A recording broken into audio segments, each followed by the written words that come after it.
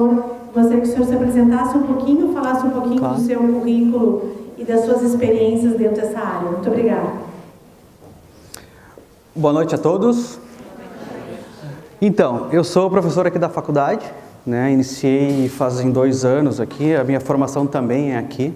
Eu me formei em administração de empresas e depois eu fiz comércio exterior aqui na São Judas.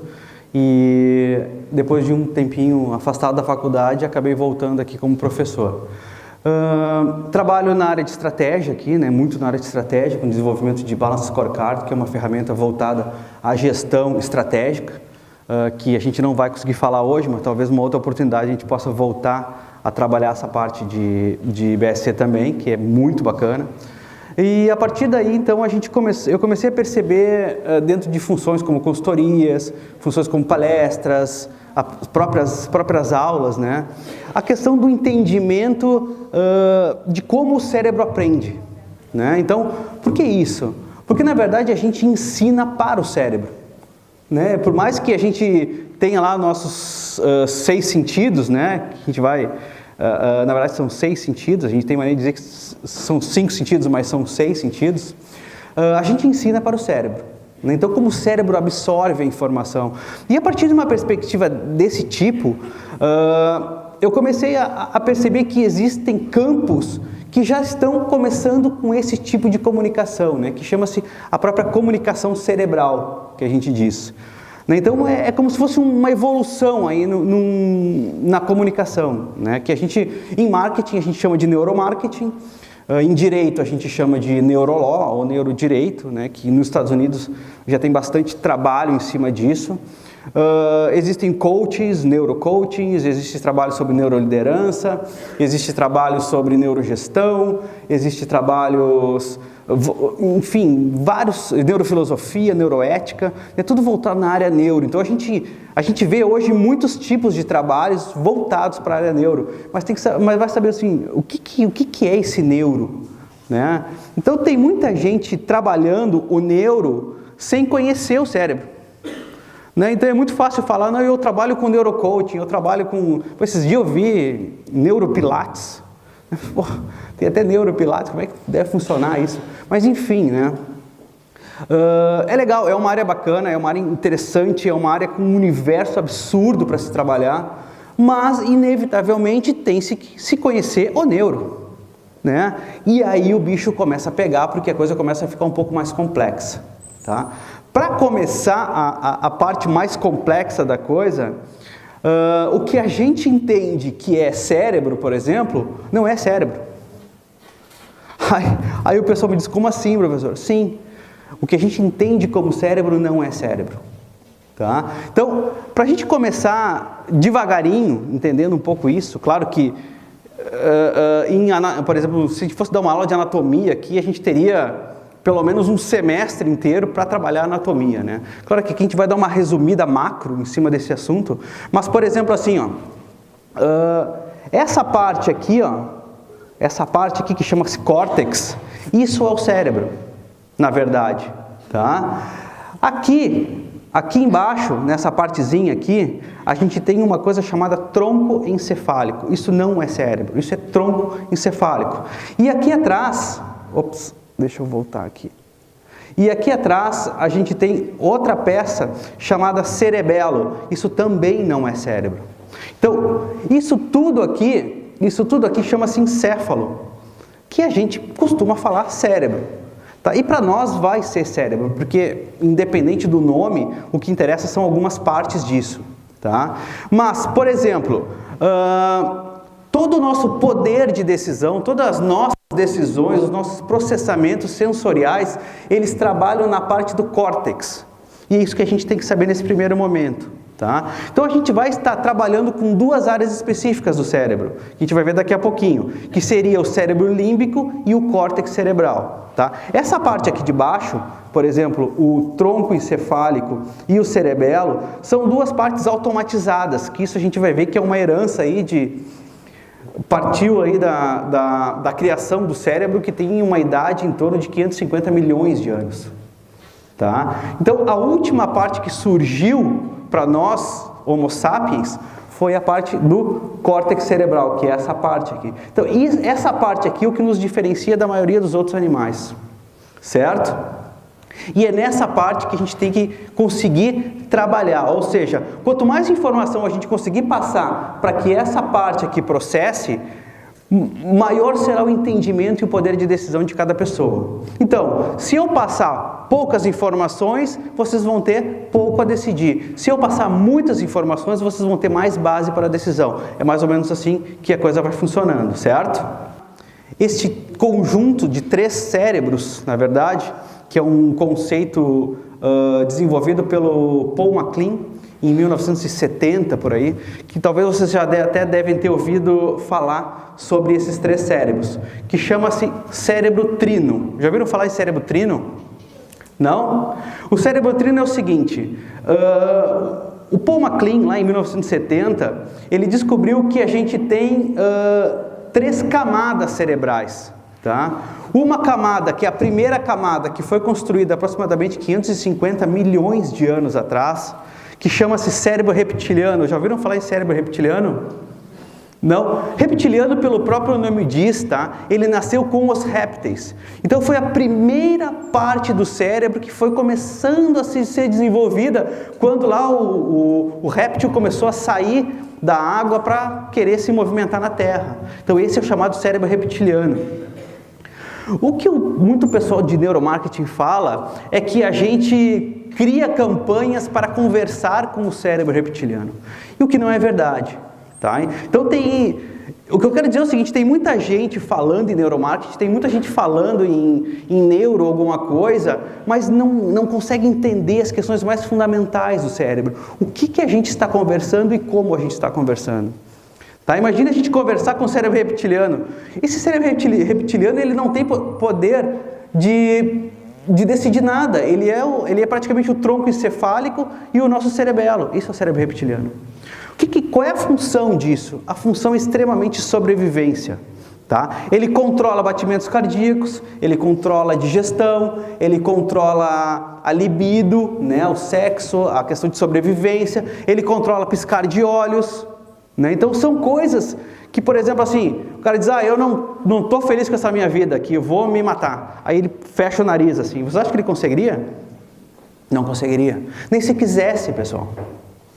Tá? Vai chegar um momento que ele vai ficar tanto tempo sem oxigênio que ele desmaia, ele relaxa a musculatura e volta a respirar. Não é verdade? Então, isso é o cérebro reptiliano. Ele vai tratar da sua sobrevivência. Ele é a gente chama a parte mais egoísta, né? A parte mais egoísta do ser humano. Por exemplo, começou a pegar fogo aqui, eu não sei como eu vou tratar esse fogo. Eu posso sair correndo na frente de todo mundo, eu posso pegar uma criança atirar da minha frente e sair correndo na frente dela, ou eu posso pegar essa criança no colo e tentar salvar pessoas. Eu não sei como eu vou fazer. Mas o cérebro reptiliano que vai me dizer, olha, o negócio é fugir daqui. Tá? Existe algo que está comprometendo a tua vida, certo? Quando vocês estão com fome, por exemplo, né? O que acontece quando a gente está com fome? Fica furiosa, fica furiosa, né? E é verdade, você consegue negociar com fome? Você consegue desenvolver um projeto com fome? Não, né? Isso é o cérebro reptiliano, tá vendo? Ou seja, a fome, pessoal, é algo que é superior a qualquer coisa. Então, por exemplo, em aulas de neuroliderança ou neuronegociação, existem técnicas que dizem assim, não, faz o seguinte, tu começa a negociar com o cara, sai da sala, come um lanche e volta para negociar com esse cara. Ele vai estar com fome, você não vai estar com fome. Então a fome já não te influencia mais, mas está influenciando ele. Tempo de espera. Às vezes, tu vai fazer uma reunião com alguém e essa pessoa te deixa lá meia hora esperando. Tu já não começa a ficar nervoso com isso? Não é ruim isso? Isso pode ser uma técnica de neuronegociação. Tu já entra nervoso. O teu nervoso, a tua irritação já começa a te atrapalhar na negociação. Tu já quer que aquilo termine logo, tu já pode aceitar qualquer proposta, tu já começa a trabalhar o teu processamento, porque já existem influências sobre o teu processamento. Veja só.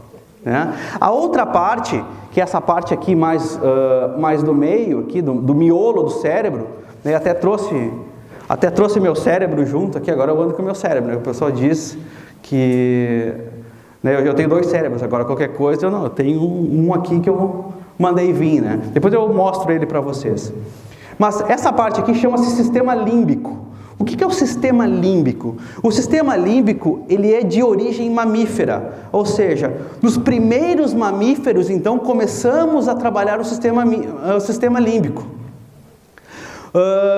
Vocês já viram, por exemplo, alguém ter um jacaré de mascote? Jacaré, tem um crocodilo de mascote? Não, né? Por que a gente não tem um crocodilo de mascote? Por que será? Porque ele não interage, né? Joga uma bolinha pro crocodilo, ele vai buscar. Quando tu chega em casa, ele abana o rabo?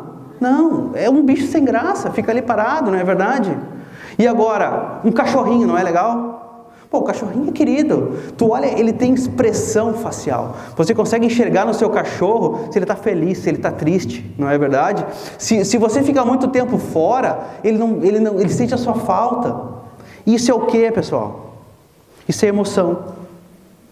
Né? O mamífero tem emoção, consegue perceber fases emocionais no mamífero, consegue perceber raiva, não é? Uma foto de um lobo na floresta, ele não tem os, né, aqui arqueado, não mostra os dentes, isso é raiva. Então consegue enxergar a expressão, consegue enxergar a expressão de amor, de carinho, de importância, de solidão, não é?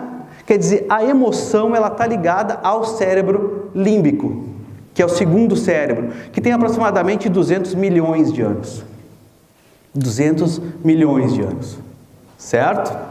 E depois desse, a última camada cerebral que foi construída foi o nosso córtex, que a gente chama de neocórtex, que é essa parte aqui então, né, de cima, que toda essa camada superior, que é a parte então de processamento de informação. Ou seja, você recebe uma informação límbica, né?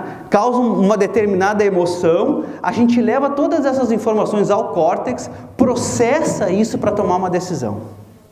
Tá? Isso faz com que comece o incêndio e eu consiga, talvez com treino, parar, ver o que está acontecendo, encontrar quem precisa de ajuda, pegar essa pessoa e levar para fora. Isso é extremamente processo, é um processo, isso é calculado. Se a gente tivesse que automatizar isso, a gente não faria, certo? Então, o que nós temos que fazer? Por exemplo, se a gente fosse aplicar isso na educação, por exemplo, a gente deveria de passar às pessoas os estímulos corretos ao nosso límbico, não é verdade? Ao nosso límbico, e a partir desse conjunto de informações que vão fazer com que essa pessoa tenha subsídios para processar determinada informação. Tá? Só que o que a gente vai perceber trabalhando a questão neuro? A gente vai perceber que 95% das informações que o nosso cérebro consegue captar, a gente não tem noção de que a gente está captando essas informações. Então nós temos condição de mapear talvez 5% de toda a informação que a gente recebe. Olha isso, que absurdo isso. Né? O que quer dizer que a gente é 95% do tempo piloto automático. E querem ver um exemplo disso? Quantas vezes vocês chegam no final do ano e olham aí as luzinhas de Natal e dizem, meu Deus, já é Natal. Vocês não fazem isso? Não acontece isso com vocês? Acontece todo ano, né? Por que isso? Porque o ano passa numa velocidade absurda, não é? Isso é processamento automático, pessoal. Processamento extremamente automático. Quando vocês olham um filho, tipo, meu Deus, o tamanho dessa criança. Isso é processamento automático. Mas aí vocês vão me dizer, tá, professor, mas legal isso. Agora, isso é bom ou é ruim? Não é bom e nem ruim, isso é necessário. É extremamente necessário. Se a gente não automatizasse tudo, a gente ficaria exausto em segundos da nossa vida. Imagina se eu tivesse que, para dirigir, eu tivesse que raciocinar cada passo do que eu tenho que fazer toda hora que eu fosse dirigir. Se eu não tivesse o hábito, por exemplo, vocês acordam, eu tenho certeza que vocês chegam em casa, deixam a chave em determinado lugar, deixam a mochila de vocês num outro lugar, deixam as coisas de vocês em lugares específicos, e quando vocês vão acordando, vocês têm toda uma rotina. Se por acaso, como eu, pego o meu óculos e deixo em outro lugar, Eu sou capaz de sair de casa sem óculos. E, putz, esqueci meu óculos. Não é verdade? Isso é rotina, isso é hábito, isso é um atalho cerebral. Tá vendo? Porque se eu tivesse que raciocinar cada dia o que eu tenho que fazer, antes de eu sair de casa eu já estava exausto. Né? Então isso é uma defesa, na verdade. Tá? Que foi criada para que a gente conseguisse, então, absorver o maior número de informações possíveis. Tá? O que é bom e o que pode ser ruim. O hábito, quando é ruim, ele se torna um vício. Né? Que é aquele hábito que te faz mal. Não é verdade? E o hábito, quando é bom, ele pode te levar ao sucesso. Por exemplo, eu tenho um hábito de estudar bastante para ter um objetivo lá de tirar notas boas na faculdade. Isso é um hábito saudável. Né? Agora, um hábito ruim vai te levar a uma depressão do teu corpo, por exemplo. Certo? Que a gente chama de vício. Então aqui a gente tem os 3 cérebros. A gente costuma dizer que são o pink, o cérebro e o crocodilinho, né? Então sempre lembrem disso. Nós somos aqueles 3 personagens ali. O pink, o cérebro e o crocodilinho. Então o crocodilinho vai tratar da sobrevivência de vocês. O pink é aquele cara mais emocional, né? Então ele é totalmente impulsivo, ele é emocional, ele chora muito, ele grita, ele fica bravo toda hora. Tá? Então ele tem uma emoção muito aflorada e ele tem o cérebro, que é o mais racional. Tá? Quando a gente trabalha com inteligência emocional, por exemplo, o que a gente faz? A gente pega o límbico, não é verdade? E tenta ler esse límbico o máximo possível para ver que tipo de emoção eu estou sentindo, para que tipo de emoção eu preciso sentir, o que eu tenho que passar, como eu tenho que passar. Isso é inteligência emocional, é saber conhecer o seu límbico, certo? Então, o nosso cérebro ele tem basicamente 3 funções. Tá? Ele foi construído para 3 funções. Primeira função, fugir do perigo, identificar o perigo e fugir do perigo. Né? Imaginem que numa savana lá africana, há 200 mil anos atrás, eu vi aí um tigre dente de sabre, por exemplo, e eu tinha que pensar, que tigre é esse? Será que ele quer me comer? Ou será que ele está com fome? Ou ele está só passando? Eu não tinha esse tempo para raciocinar. Eu tinha que fugir, eu tinha que encontrar válvulas de escape. Tá? Não é à toa que muita gente, quando vai a restaurante, senta virado para a porta de saída. Né? Muita gente tem claustrofobia, por exemplo, né? Medo de ambiente fechado. Isso é nossa origem, na verdade, que a gente tem que encontrar rotas de fuga. A gente foi criado para fuga. Tá? Até a gente dominar o mundo, que isso faz praticamente 80 mil anos atrás, no máximo, que a gente começou a fazer parte do topo da cadeia alimentar, nós éramos a base da cadeia alimentar. Então, quer dizer, a gente tinha que antes fugir. Antes de saber lutar, antes de ter armas, nós tínhamos que aprender a fugir. A partir daqui, então, a gente tem comida, né? Então, a alimentação é algo essencial para a gente tem que se alimentar. E o amor, né? Então, fazermos amor, ou seja, reproduzir, perpetuar a nossa espécie. Então, o nosso cérebro, ele pensa esses 3 pilares são essenciais para o nosso cérebro. Qualquer coisa que vocês forem fazer, estarão convergindo a esses 3 pilares.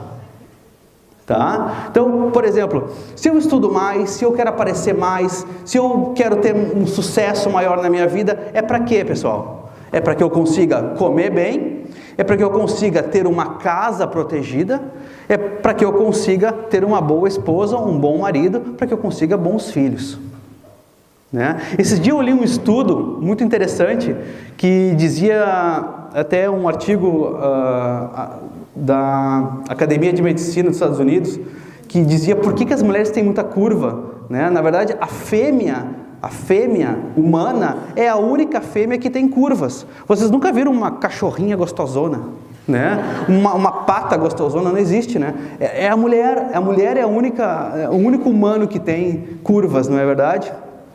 E por incrível que pareça, tem porque para gerar os seus filhos, né, como o nosso cérebro precisa de muita caloria, é uma máquina muito potente, precisa de muita caloria, a mulher tem que armazenar muita gordura para que então os filhos nasçam saudáveis. E essa gordura ela armazena onde? Nos seios, nas coxas e no bumbum. Né? Por isso que peito, coxa e bunda chamam a nossa atenção, pessoal.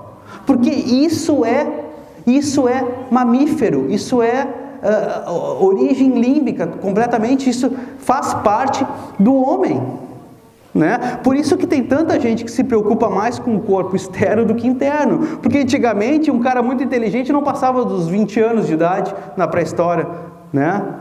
Hoje que ele vive até os 80, né? Agora, quem era fortão, grandão, esse aí tinha mais chance de sobreviver, esse tinha a chance de reproduzir. Vejam, o que eu quero dizer para vocês? Que nós somos Homo sapiens. Somos Homo sapiens. E eu não estou dizendo isso como comparação, nós realmente somos Homo sapiens. A nossa última evolução foi há 80 mil anos atrás. Ou seja, nós temos cérebro de Homo sapiens. Nós somos Homo sapiens, ou seja, homem das cavernas, homem pré-histórico, vivendo no mundo moderno. Veja só, a gente se acha, às vezes a namorada, a gente, como tu é grosso, parece um homem das cavernas, mas é verdade, a gente é, certo? Então ali, ó, fugir, buscar alimento e reproduzir. Tudo o que impacte nesses 3 pilares vai dar problema. Tá? Se eu deixar vocês sem comer, vou ter problema com vocês. Se eu acuar vocês num canto e ameaçar vocês, eu vou ter problema, porque ou vocês fogem ou vocês lutam. É assim que funciona. Por isso que a gente diz, tem uma máxima nas aulas de estratégia que diz assim: você não pode acuar tanto o seu inimigo que você deixe ele sem uma rota de fuga. Por que isso? Porque senão ele vai lutar. Até rato luta com gato, pessoal, se ele estiver acuado de uma tal maneira que ele não consiga fugir. Então, você tem um inimigo, quer acuar, esse inimigo acua, mas deixa um ponto para ele fugir, porque ele vai brigar. Ele pode se sentir mais fraco, mas ele não vai ter escolha, certo? E reproduzir também, tá? Existem milhares de exemplos, tá, que a gente poderia dar aqui, de questões que a gente faz no nosso dia a dia, que convergem à reprodução, né? Então é muito engraçado, assim, a gente nem sabe o que é isso, mas no fundo a gente está querendo reproduzir, tá? Essa aqui é uma tabelinha que fala um pouquinho sobre o neuromarketing, né?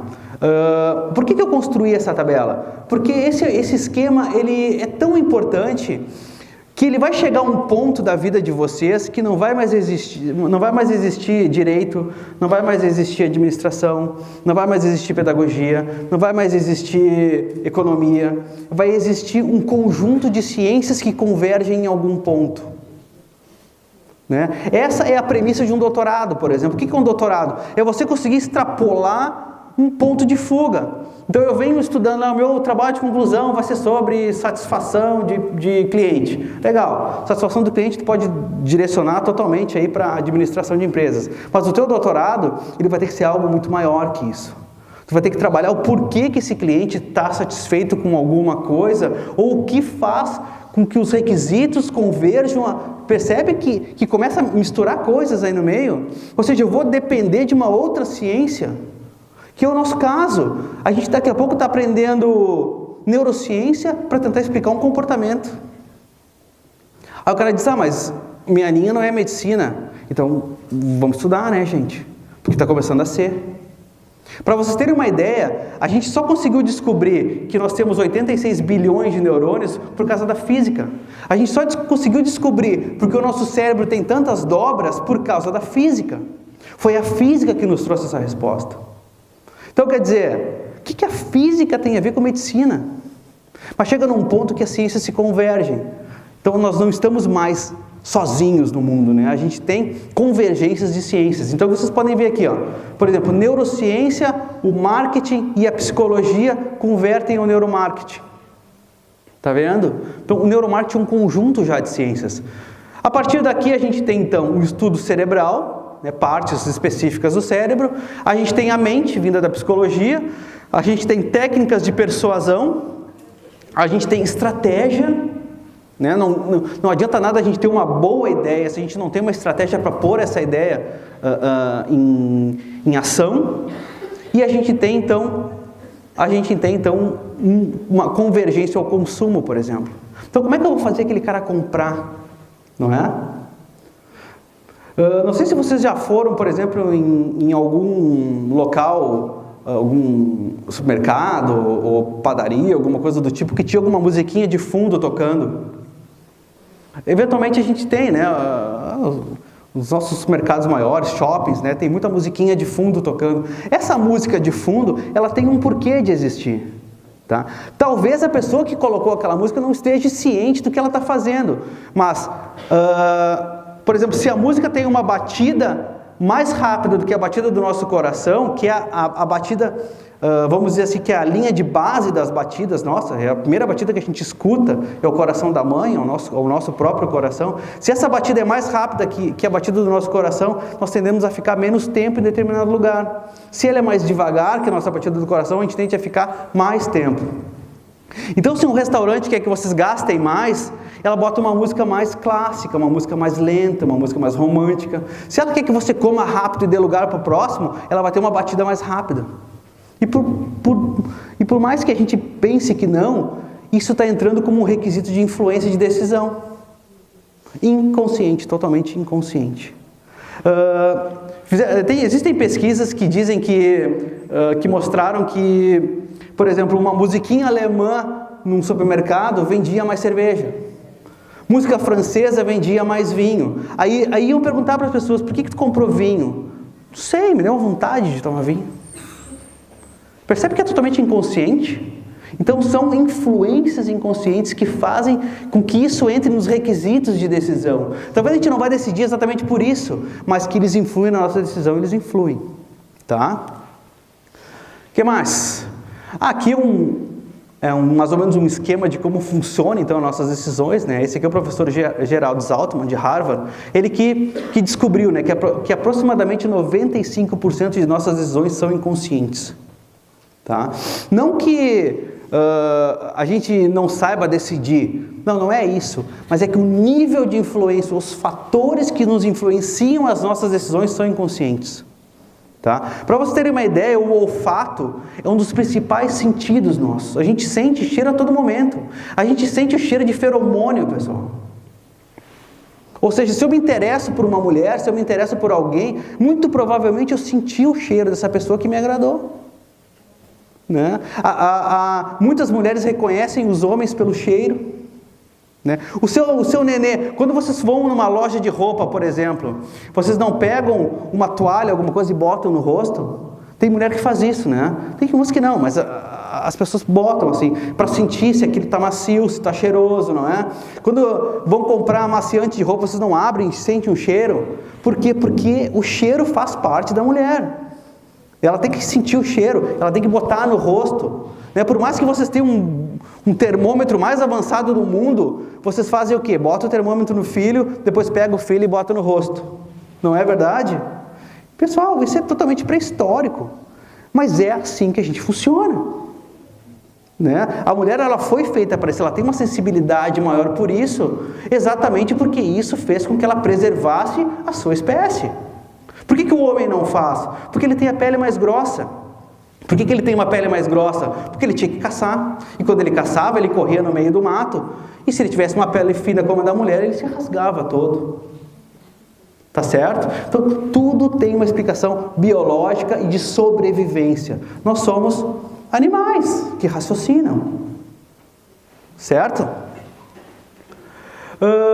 Aqui a gente tem algumas frases também de algumas pessoas que estão estudando esse tema há mais algum tempo, tá? Por exemplo, ali, ó. A cada ano são investidos 400 bilhões de dólares em campanhas publicitárias. 400 bilhões de dólares. Veja o tamanho desse mercado. Atualmente, menos de 3% das empresas utilizam técnicas de neuromarketing para atingir seus objetivos. E ainda, em países como Japão e Estados Unidos, a cada 100 produtos lançados, apenas 15 logram êxito. De 100, 15, ou seja, 15% dos produtos que se lançam. Imagina a fortuna que não é gasta nisso. 85% das campanhas de marketing não atingem seus objetivos. Olha só. Né? Às vezes, olha só como isso é tão impressionante, que a gente pode perguntar para vocês assim, acabou o gás aqui em casa, tu tem um número de onde tu... Isso é uma coisa tão normal, né? Mas às vezes o cara não lembra da empresa, mas ele lembra assim, sei, aquele tio cheiroso, aquele tio perfumado. Olha isso, tu lembrou do que? Do cheiro. O cheiro te reportou uma venda. Então a gente diz o quê? Eu vou botar um uniforme bonito para atender meu cliente. Isso é padrão visual, pessoal. Isso dos sentidos mais importantes que a gente tem, é o padrão visual. Ou seja, uma má impressão já é um ponto de influência negativa, por melhor que tenha sido o serviço. E nisso temos o barulho, né, a audição, temos o gosto, temos o olfato. Então temos todos os outros sentidos que fazem com que toda essa percepção sensorial do ambiente traga níveis de influência para o nosso poder de decisão. Por quê? Porque o córtex ele só recebe informações e processa essas informações. Então basta a gente entregar ao córtex cerebral importantes informações que converjam ao nosso benefício. Não é verdade? Então é isso que a gente tem que se preocupar em fazer, tratar o ambiente. Esse professor aqui, o professor David Lewis, ele escreveu esse livro aqui chamado Impulse. Olha, por que fazemos o que fazemos sem saber por que fazemos? Tá? Então ele que inventou esse termo zumbi brain aqui, ou seja, nós somos praticamente zumbis. A gente simplesmente vive um dia após o outro. A gente não para raciocinar muitas vezes o que a gente está fazendo. Por que a gente bota uma meia antes da calça? Por que a gente toma banho sempre na mesma hora? Por que a gente gosta de ver sempre os mesmos tipos de programa? Por que a gente só se interessa por determinadas coisas e outras não? Por que é tão difícil a gente buscar aprender coisas novas? Não é verdade? Por que isso? Porque consome energia. E consumir energia pode comprometer minha sobrevivência, porque energia para mim é tudo. Né? Então, quer dizer, cada vez que eu vou atrás de alguma coisa, cada vez que eu penso em coisas diferentes, isso está consumindo energia. E se está consumindo energia, aquilo tem que ser muito importante. E tem que me trazer mais energia. Se não me trouxer mais energia, eu posso morrer. Porque na pré-história, eu ter acesso a um bife, era quase como ter acesso a um ouro hoje. Né? Só que para a gente ter um bife, daqui a pouco eu vou chegar em casa e vou comer. Hoje não falta comida.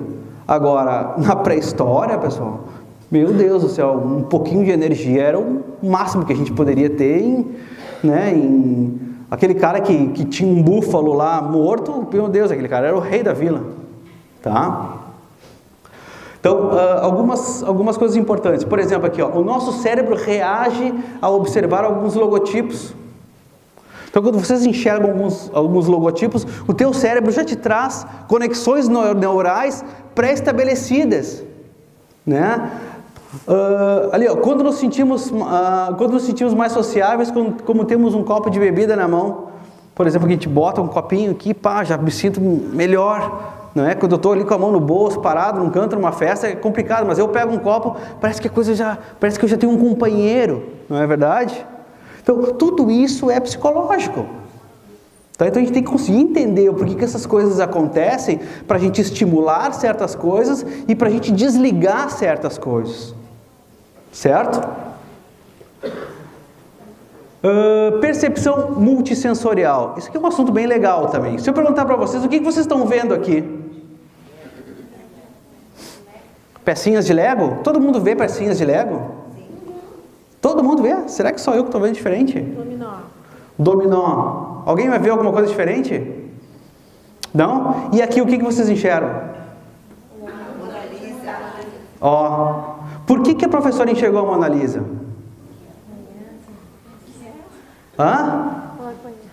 Então, primeiro, ela já viu a Mona Lisa. E várias vezes ela já viu a Mona Lisa. Ou seja, a Mona Lisa já está num campo cerebral de memória de rápido processamento. Ela busca ali um pedaço da Mona Lisa e já enxerga a Mona Lisa inteira, não é verdade? Então, eu vejo um avião ali. E o meu cérebro pode enxergar um avião. O cérebro de vocês pode ter enxergado um barco, pode ter enxergado somente pecinhas. Tá? O que eu quero dizer com isso? Eu quero dizer que a maneira, ou as pecinhas que eu junto, nem sempre vão ser o mesmo objeto que vocês vão processar. Então eu posso montar todo um ambiente bonito, bacana, cheiroso, legal, e vocês terem uma má impressão nesse ambiente. Por quê? Porque vocês processaram isso de uma maneira diferente de mim. Agora, se eu consigo mostrar um pedaço, ou seja, eu já estou montando um ambiente que eu gostaria que vocês vissem. Então, com um pequeno pedaço desse ambiente, você já consegue enxergar o quadro inteiro. Então, qual é o nosso papel, pessoal? O nosso papel é dar, talvez, menos pecinhas para que as pessoas montem e tentar dar um ambiente maior para que elas convirjam no que a gente gostaria que elas fizessem. Então, se eu estou ensinando vocês, por exemplo, estratégia, eu tenho que tentar levar vocês a um campo de batalha, montar um jogo que vocês participem de uma estratégia, fazer com que vocês montem, exercitem a estratégia. Para que isso? Para que vocês consigam consolidar essa imagem aqui. Essa imagem registrando, eu mostrando uma pequena parte dela, tu já consegue buscar a imagem inteira.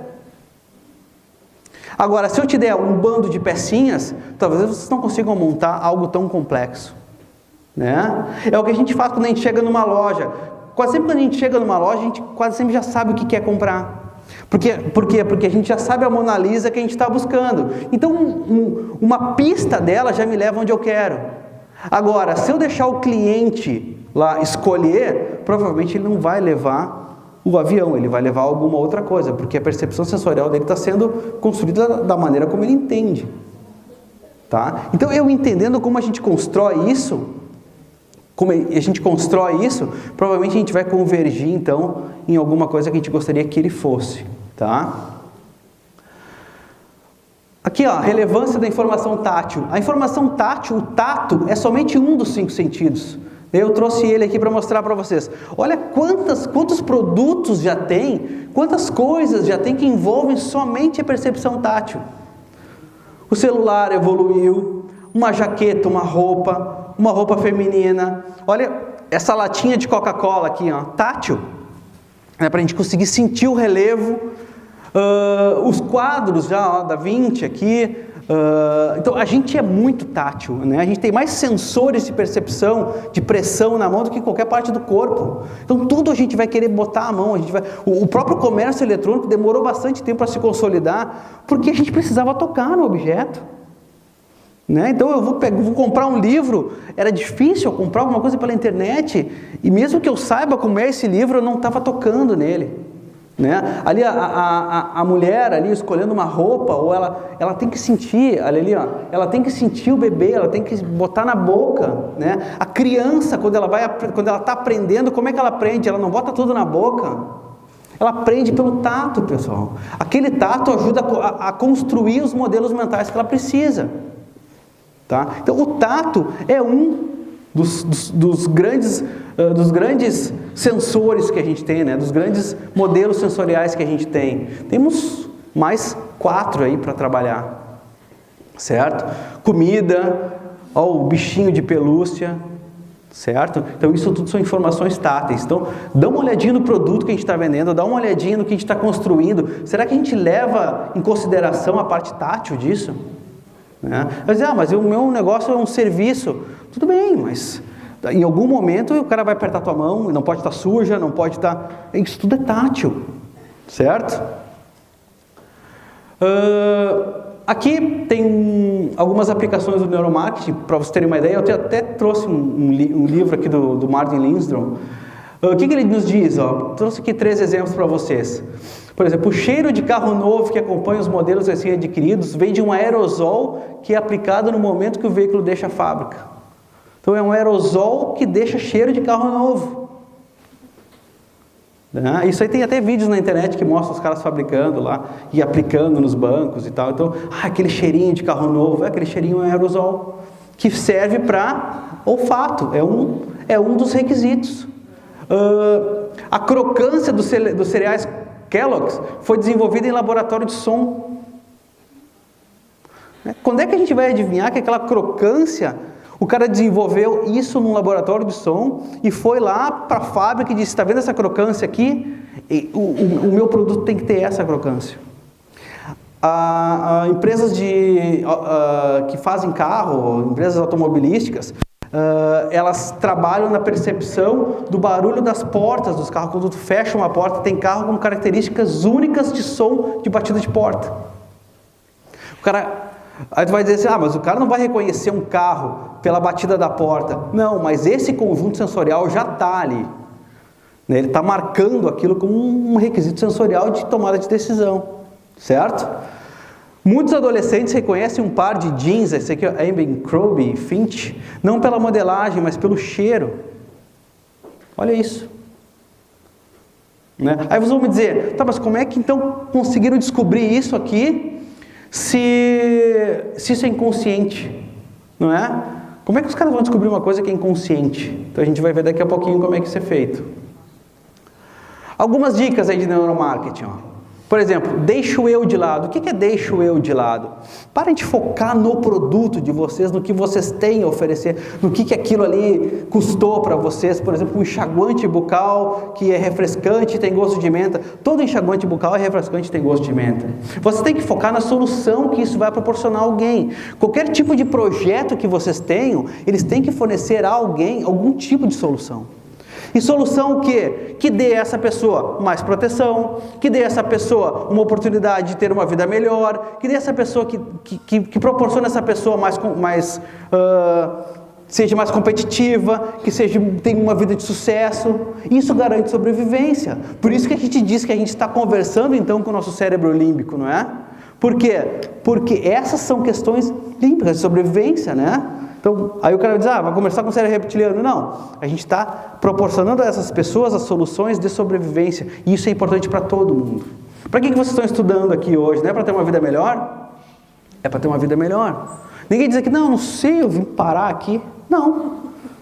Vocês estão aqui para terem uma vida melhor, para terem um emprego melhor, para ganharem mais, para terem sucesso no que fazem, porque gostam do que estão fazendo, para ter bem-estar. Veja só. E a solução que vocês eventualmente vão providenciar a alguém, ela tem que trazer isso também. Então, eu estou executando determinada tarefa, que benefício eu vou trazer com isso? Isso é que a gente tem que ter em mente. Analogias absurdas, ali o Red Bull te dá asas. Pô, alguém acredita que vai tomar um Red Bull e vai ter asa? Não, né? Mas o que é ter asas, pessoal? O que é ter asas? Liberdade. A gente quer liberdade, a gente quer ser livre, não é? Ninguém quer ficar enclausurado. Só em pensar de te enclausurar, te colocar num ambiente fechado já te dá pânico. Então alguma coisa que te dá asas, mesmo ele não te dando asas, ele te traz uma sensação de liberdade. A Gisele Bündchen, olha esse cabelo aqui, tu acha que ela usa esse shampoo aqui? Pessoal, mas ela está ali, tu olha a Gisele Bündchen e tu quer ser. Isso chama-se neurônio espelho. A gente olha e quer ser como aquela pessoa. Tá certo? O que mais? Um sorriso infantil, bebês, crianças em propaganda, isso traz o emocional, isso aflora o emocional. Vocês podem ver que todo bebê, ele é retratado com um olhão bem aberto, assim. Primeiro porque o olho encanta, a gente vai perceber o poder da visão. Tá? E segundo, o olho grande reporta a infância, porque a gente já nasce com um olho do tamanho de um adulto. Por isso que a criança tem um olhão grande. Não é porque ele tem um olhão grande, é que ela é pequena, o olho é normal. Tá? Então a gente cresce e o olho se mantém. Então toda criança tem aquele olhão. Sabe o gato de botas do Shrek? Quando ele faz aquele olhão assim? Então aquilo é um olhão de emoção, aquilo nos chama a atenção. Os olhos são a janela da alma, já dizem, né? Então o olho diz muito. A gente, por uma breve expressão do olho, eu já consigo saber o que aquela pessoa está sentindo. Só olhando o olho. A gente tem uma parte que a gente trabalha na formação que é expressões faciais, que trabalham só a questão da pupila. Quando tu está excitado, quando tu está com raiva, a dilatação dessa pupila conta muita coisa do que a gente tem. Né? Bichos, usar bichos em cena, né, também chama muita atenção. Porque na verdade nós gostaríamos de ser como os bichos, gostaríamos de interagir com a natureza de forma sustentável como os animais, gostaríamos de ser fortes, gostaríamos de enxergar como águia, Então a gente se espelha muito nos animais. E outra coisa, o animal, ele é facilmente reconhecido.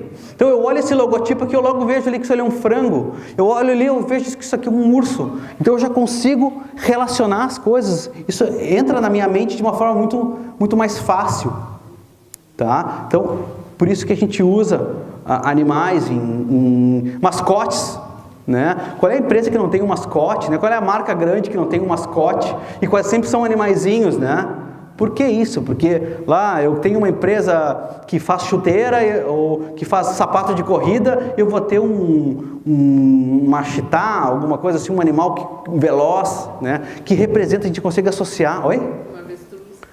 Um avestruz, um animal veloz, né? Por que isso? Porque eu quero associar a velocidade daquele animal à minha marca, tá vendo? Então isso são associações. O cérebro adora associações. Aliás, ele aprende por associações. Apelo emocional, por exemplo, aqui, para usar o cinto. Né? Então, olha, não usa o cinto, você vai morrer. Tá vendo?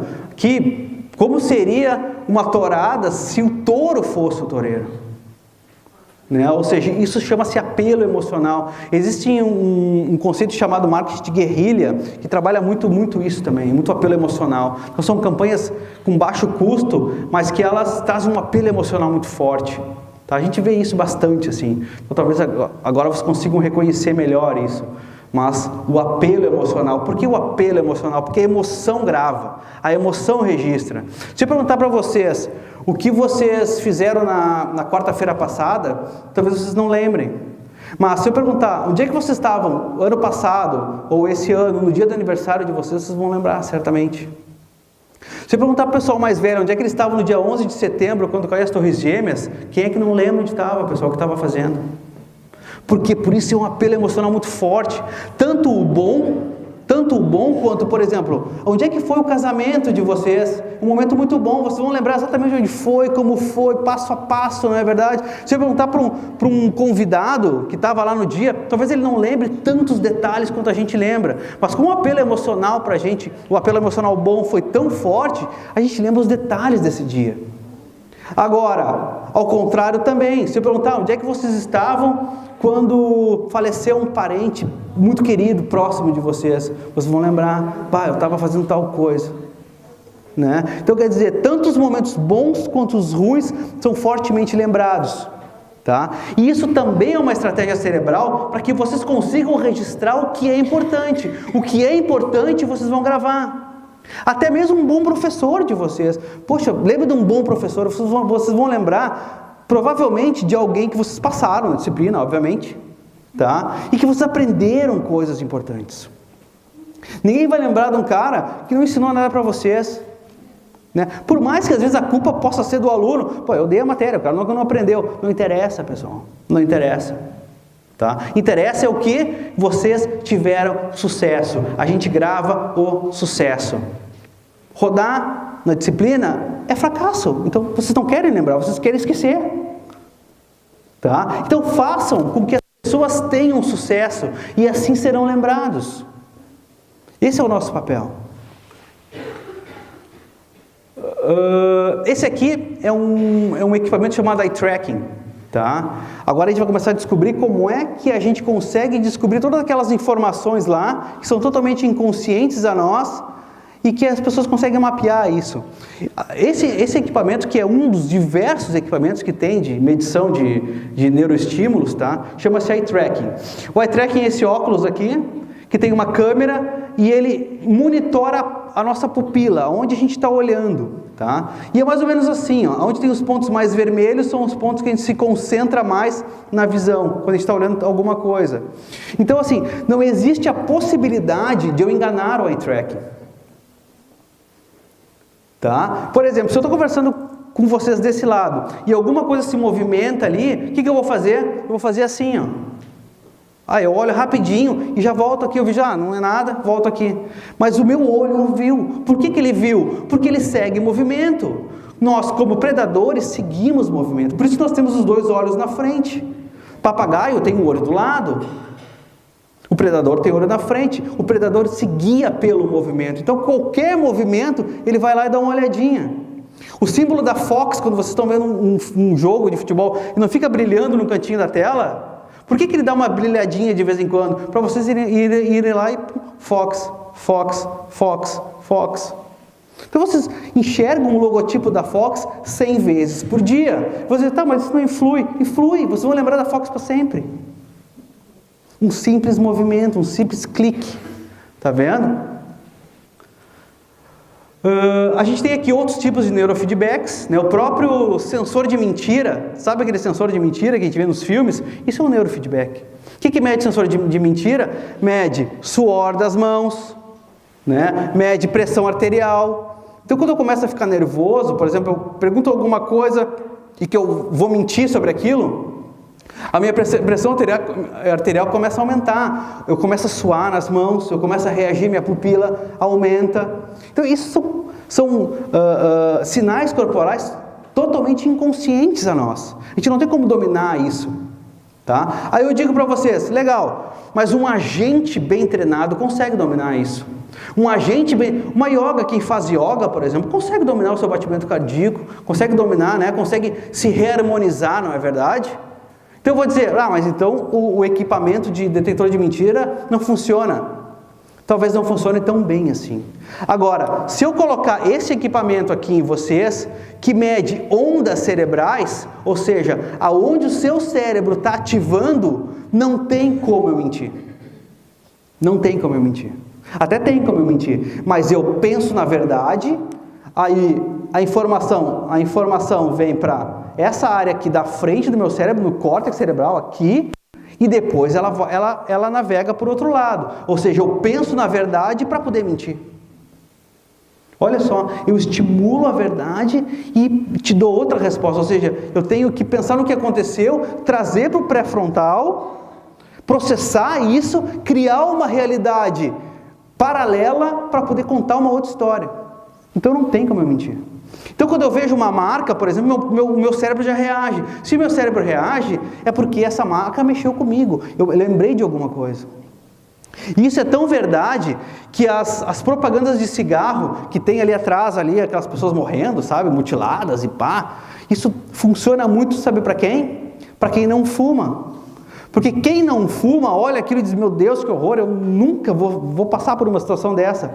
Agora, para quem fuma, acontece o quê? Vê, mas associa ao fumo e dá vontade de fumar. Isso que descobriram. Olha que loucura isso. Ela vê aquilo e diz assim, meu Deus, que gente mutilada, mas é o cigarro. Cigarro me dá. Olha que loucura isso. Então, funciona para quem não fuma, pessoal. Para quem não quer passar por isso. Então, o pessoal já está revendo várias coisas que, pelo monitoramento cerebral, conseguiram descobrir que estava dando efeito reverso. Loucura, né? Olha só essa imagem aqui, que fizeram um monitoramento para o eye tracking, tá? Criaram essa campanha aqui, tá vendo que tem a mulher aqui olhando para a pessoa, né? Então ela está olhando o cliente nesse momento e o produto está sendo apresentado aqui, tá? Fizeram o monitoramento para o eye tracking e perceberam que não estava tendo um resultado tão efetivo, porque eles queriam o quê? Que as pessoas olhassem o produto, não é verdade? Gastaram uma fortuna ali com a Nicole Kidman e queriam que eles olhassem o produto. Então o que eles fizeram? Em Photoshop, fizeram que ela olhasse para o produto. O que aconteceu? As pessoas convergiram ao produto. Por que isso? Porque elas querem saber onde é que ela está olhando. Então eu estou seguindo o olhar dela, para onde é que ela está olhando. Isso tem a ver com uma característica humana chamada esclera. Já ouviram falar em esclera? Nunca? E em branco do olho já? Branco do olho é o nome popular de esclera. Tá? Ou seja, o branco do olho diz muita coisa. A gente consegue mapear as pessoas. Quando vocês estão falando com alguém e esse alguém está assim, você já percebe que ela não está prestando atenção em você. Não é? Por isso que a gente diga, olha no olho da pessoa, né? Pô, mira na pessoa. A gente sente a atenção, a gente sente se a pessoa está envolvida, se não está envolvida, tudo através do olhar. Então, se ela está olhando para o produto, eu também quero saber o que ela está olhando. Eu quero ser como ela. Olha o poder sensorial desse negócio. Biosinalizadores. Tá? Depois de tudo que a gente viu, a gente tem, além das partes cerebrais aí, que são centenas de partes cerebrais, cada uma com uma proposição, cada uma com uma função específica, a gente tem o que a gente chama de biosinalizadores. Biosinalizadores é a química da vida, é o que nos motiva. Por exemplo, se eu tenho uma prova, por exemplo, eu estou começando a trabalhar a dopamina em cima de mim. A dopamina é o estimulante natural do corpo. Quando vocês ficam excitados com alguma coisa, é porque vocês estão procurando alguma coisa por causa da dopamina. Então isso é um neurotransmissor que ativa diretamente os neurônios da gente, fazendo com que a gente acorde de manhã para ir trabalhar. Ocitocina. Ocitocina a gente diz, é o neurotransmissor do amor, né? É o neurotransmissor que foi desenvolvido quando a gente começou as primeiras civilizações, lá quando a gente começou a se envolver, a entender que viver em grupo facilitava a nossa sobrevivência. Então a ocitocina, ela aproxima pessoas, ela faz com que a gente seja mais sociável, tá?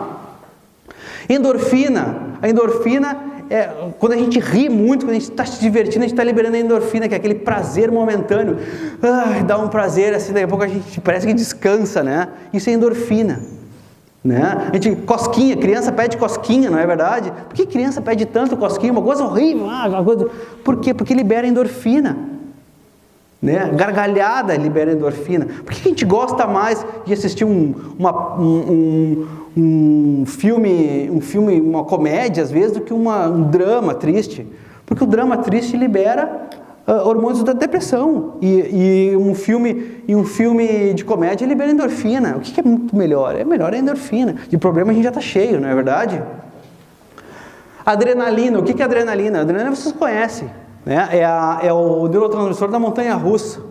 Então é bom sentir adrenalina, né? Aquele negócio, vai ter uma palestra, vai ter uma prova daqui a pouco, mas eu estou preparado para aquela prova. Ou eu tenho um trabalho, eu vou ter que ir lá na frente apresentar. Começa o batimento cardíaco a acelerar, a tua pupila dilata, né? A gente fica mais, os pelos arrepiam, não é verdade? Isso é adrenalina.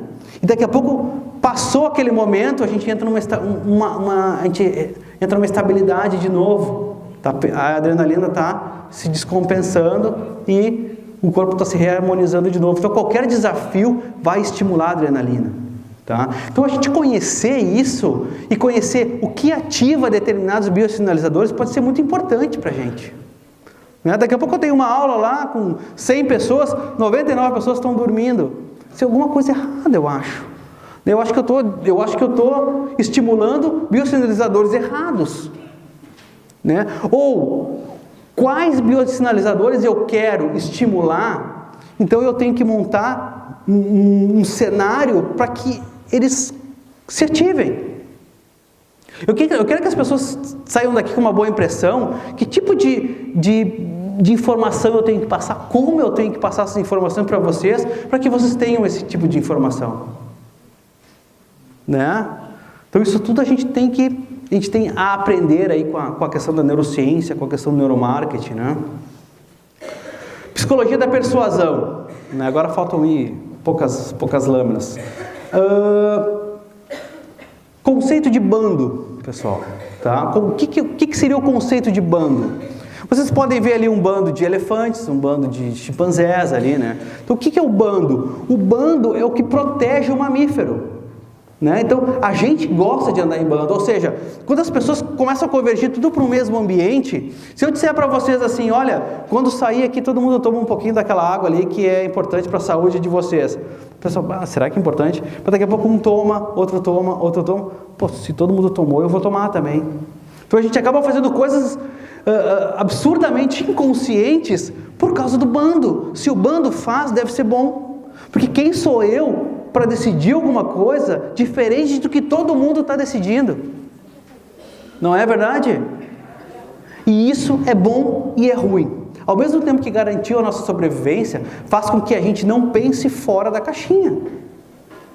Ou seja, se eu tenho que andar com bando, eu tenho que pensar como todo mundo. E se eu pensar como todo mundo, eu não vou ser diferente de ninguém. E aí, o que eu tenho a oferecer de diferente? Daqui a pouco pensar diferente é ruim. Né? E antigamente, lá na pré-história, sim, era ruim. Ou seja, por que eu vou para um lado da caça se está indo todo mundo para o outro lado da caça? Que chance eu vou ter caçando sozinho? Por isso que às vezes as pessoas dizem assim, ó, vamos fazer o seguinte, agora tem um estudo novo que diz que isso funciona assim. Então tá, todo mundo faz o quê? Segue aquele estudo, ninguém pergunta se está certo, se ninguém pergunta se está errado, se aquilo é verdade, se aquilo é mentira. Né? Então, isso é bando, pessoal. À medida que um começa a seguir, todo mundo vai atrás. Tá? E vocês começam a perceber se isso não acontece com vocês também. Será que vocês não fazem tanta coisa porque outras pessoas fazem também? Siga quem sabe. O que é siga quem sabe? Siga quem sabe é o seguinte. Vocês lembram desse programa do Silvio Santos que tinha esse negocinho aqui? Eu não me lembro o nome do programa.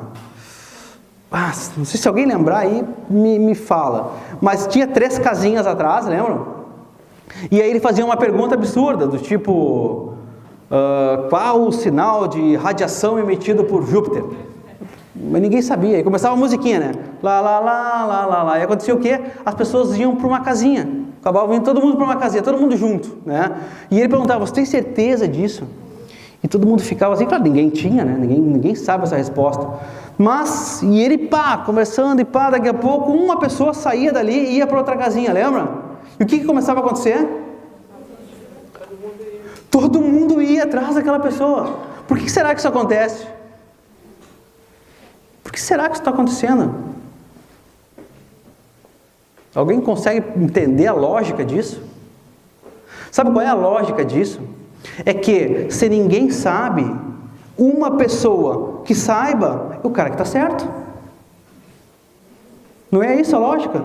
Então, se ele saiu do meio de todo mundo, se arriscou no meio de todo mundo para ir para um outro lugar, esse cara sabe alguma coisa que eu não sei. Ele pode até ter ouvido falar algo parecido, mas eu não sei absolutamente nada, pessoal. Então eu vou seguir quem sabe. Olha só. Isso funciona muito em manipulação de massa. Tá? Se eu perguntar para vocês, o que é mais fácil? É trabalhar muita gente ou poucas pessoas, ou um indivíduo, por exemplo? A massa é muito mais fácil de manipular. Né? Porque se eu pegar 5 ou 6 pessoas influentes na massa, convencer aquelas pessoas, o resto vai atrás, pessoal. Se eu tiver que convencer um por um, eu vou ter muito mais trabalho. Olha só. Mais importante que eu são os meus. Tá? Olha só que coisa... Fale. Programa Tentação. Isso aí. Programa Tentação ali do Silvio Santos, isso aí. Que ele abriu uma maçã no final, isso mesmo. Mais importante que eu são os meus. Quem é mais importante que vocês, pessoal? Quem é mais importante que vocês nesse mundo? Os filhos. Quem não tem filho pode dizer pai até, porque depois que a gente tem filho, os filhos são mais importantes que os pais, inclusive, não é verdade? Então, mais importante que eu são os meus. Então, talvez, veja só, se eu for vender fralda, tá? Eu vou vender fralda para quem? Para o pai ou para a criança? Para a mãe. Quem vai usar é o filho. Vocês nunca viram um nenê dizer, não, eu quero essa fralda aqui. Não, a gente não vê isso. A gente vê para a mãe, a gente vende para a mãe, não é? O que a gente vende quando a gente vende uma fralda? O que a gente vende? Conforto, segurança, menos trabalho. Olha, vendemos para a mãe. Mas quem vai usar é o filho. Então eu estou vendendo o que a mãe quer ouvir. Menos trabalho, segurança e conforto. O que mais que vocês querem para os filhos de vocês? Está vendo? Experimentem fazer o seguinte. Experimentem, vocês estão na empresa de vocês trabalham no RH da empresa de vocês, e no dia do aniversário de um funcionário, vocês dão um presentinho para esse funcionário. É legal isso? É legal, né? Agora experimente ele chegar na empresa e ter em cima da mesa dele um presentinho de menino dizendo, parabéns para o seu filho. Olha o impacto disso. Muito maior. Muito maior.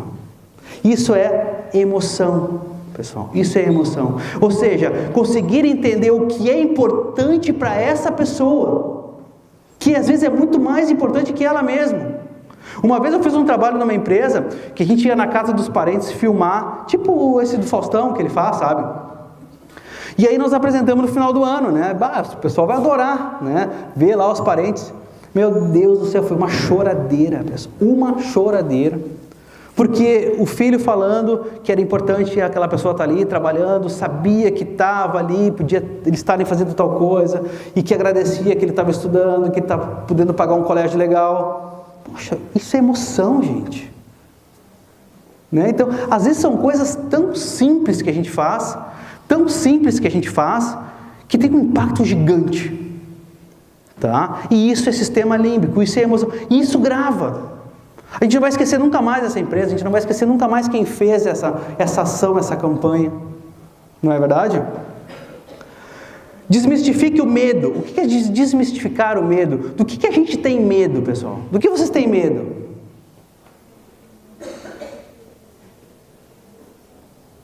De escuro? De cobra? De barata? Quem tem medo de barata? Você tem medo de barata? Mas pode saber que a barata tem 100 vezes mais medo de vocês. Ou seja, por que a gente tem medo de cobra? Por que a gente tem medo de aranha? Porque a gente não conhece a aranha. Se a gente conhecesse a aranha, se a gente conhecesse a cobra, a gente não via programas ali na Animal Discovery da vida, o cara dando um beijo numa cobra, o cara dando um beijinho numa aranha, o cara pegando um bicho e botando no braço, porque ele conhece. A gente só tem medo do que a gente não conhece. Se eu disser para vocês, vem aqui dar uma aula de física quântica, não, eu não consigo, eu não posso. Mas então estuda física quântica, desmistifica a física quântica e você vai vir aqui dar uma aula de física quântica. Porque se alguém aprendeu, você pode aprender. Então se você aprender quais os tipos de aranha são venenosos e quais não são, você vai perder o medo de aranha. Então por que vocês têm medo de alguma coisa? Porque vocês não entendem o que é aquela coisa. Porque a gente tem, eu não aprendo matemática, eu não aprendo inglês, porque eu tive uma má situação com o inglês, talvez. Porque se alguém aprendeu, eu posso aprender. Certo? Abuse da simetria. Né? Nós adoramos simetria, nós somos feitos para a simetria. Por isso que aquele textinho centralizado é o que a gente mais usa. A gente adora o texto centralizado. A gente adora o texto centralizado. Né? Olha ali os rostos. Vocês dizem assim, mas que pessoa feia. Então pega aquele rosto daquela pessoa, corta no meio e replica a outra parte para o lado. Vai ver que ela vai ficar mais bonita, porque fica mais simétrico. Quando as meninas fazem a sobrancelha, elas não querem fazer tudo simétrico. A simetria chama a nossa atenção. Olha os logotipos, simétricos, estão vendo? Facilite, não dê. O que é facilite, não dê? Não dá nada de graça, pede alguma coisa e troca. Nem que seja 1 quilo de alimento, nem que seja um esforço teu, um contraponto, porque quando tu der o contraponto, tu vai te dedicar mais. Se você ganha, pode ser algo muito bom, você não vai dar valor.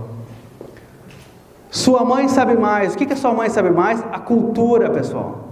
Vocês já viram um homem indo comprar sabão em pó no supermercado? Já viram um homem comprar? Como é que ele compra? Ele não vê preço, ele vai na prateleira e compra. Se tu perguntar para ele, por que o senhor comprou esse aqui? Ele vai dizer, não sei, minha mãe usava, então deve ser bom. Se serviu para mim, vai servir para o meu filho.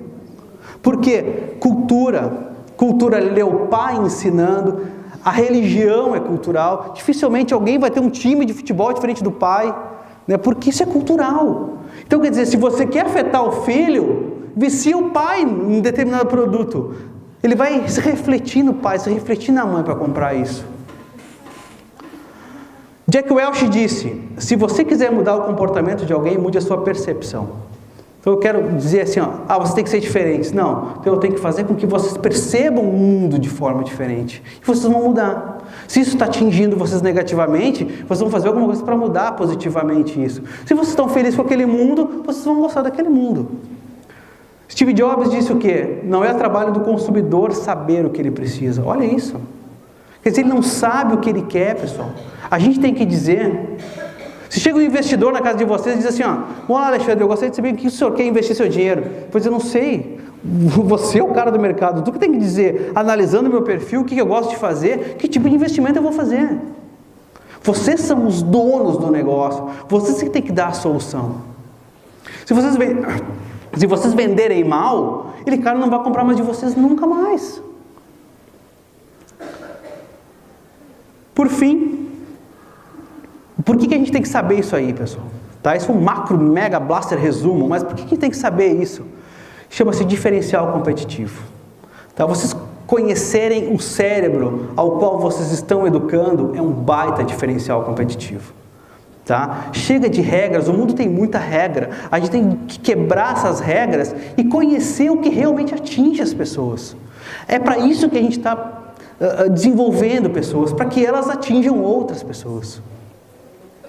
Aqui a gente tem a campanha aí, baixinha na foto, né? O que é baixinha na foto?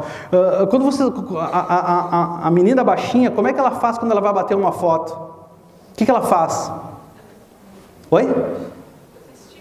Ela se estica, não é verdade? Ou ela vem para frente. O que é isso? É posicionamento. Porque se ela não fizer isso, ela não vai aparecer. Vocês também, pessoal. Se vocês não fizerem assim, ou vocês não vierem para frente, vocês não vão aparecer.